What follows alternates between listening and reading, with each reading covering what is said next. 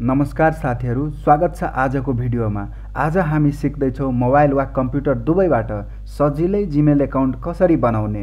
यदि तपाईँ नयाँ हुनुहुन्छ भने भिडियोलाई लाइक र च्यानललाई सब्स्क्राइब गर्न नभुल्नुहोला। सुरु गरौँ है त। तपाईको मोबाइलमा भएको जीमेल एप खोल्नुस्। यदि एप छैन भने प्ले स्टोरबाट डाउनलोड गर्न सक्नुहुन्छ। म चाहिँ यहाँ जीमेल कम्प्युटरबाट बनाइरहेको छु।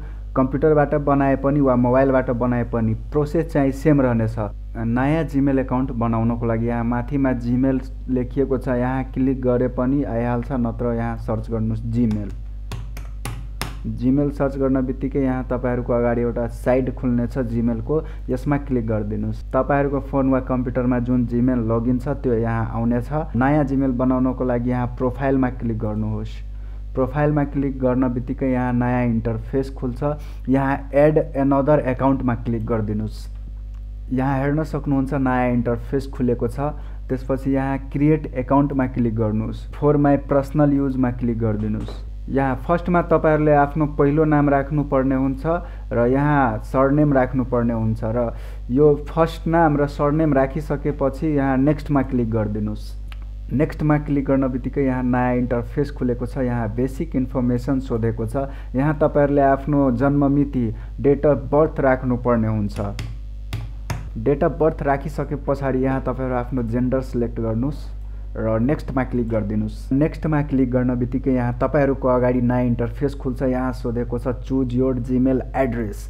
तपाईहरु फर्स्ट नेम र सरनेम राखेको हुन्छ, त्यो अनुसार नै यहाँ जीमेल अलरेडी बनाएर आउँछ। यदि तपाईहरुलाई यो मन परेन भने यहाँ क्रिएट योर ओन जीमेल एड्रेसमा क्लिक गरेर चाहिँ आफ्नो क्रिएट गर्न सक्नुहुन्छ। म चाहिँ यो नै राखे। यो सिलेक्ट गरिसके पछाडि नेक्स्टमा क्लिक गरिदिनुस्। नेक्स्टमा क्लिक गर्न बित्तिकै यहाँ सोधेको छ क्रिएट अ स्ट्रङ पासपोर्ट। यहाँ तपाईहरु आफ्नो स्ट्रङ पासपोर्ट बनाउनुहोस्। कम्तीमा 8 अक्षरको, अक्षर प्लस अंक प्लस स्याम्बल राख्दा सुरक्षित हुन्छ। सो सबै मिलाएर चाहिँ यहाँ पासपोर्ट राख्नु होला र नेक्स्टमा क्लिक गरिदिनुस्। नेक्स्टमा क्लिक गर्न बित्तिकै यहाँ तपाईहरुको अगाडि नयाँ इन्टरफेस खुल्छ। यहाँ तपाईहरुले आफ्नो फोन नम्बर राख्नु पर्ने हुन्छ। फोन नम्बर राखेर नेक्स्टमा क्लिक गरिदिनुस्। त्यसपछि यहाँ तपाईहरुको फोनमा चाहिँ ओटीपी कोड जान्छ, त्यो ओटीपी कोड यहाँ राख्नु पर्ने हुन्छ।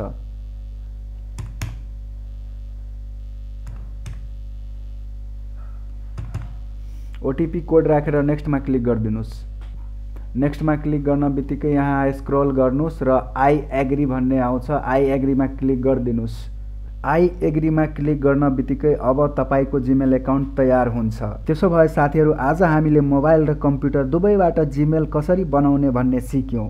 यदि भिडियो मन पर्यो भने लाइक, शेयर र कमेन्ट गर्न नबिर्सनुहोला। अर्को उपयोगी जानकारी सहितको भिडियोमा फेरि भेटौँला। धन्यवाद।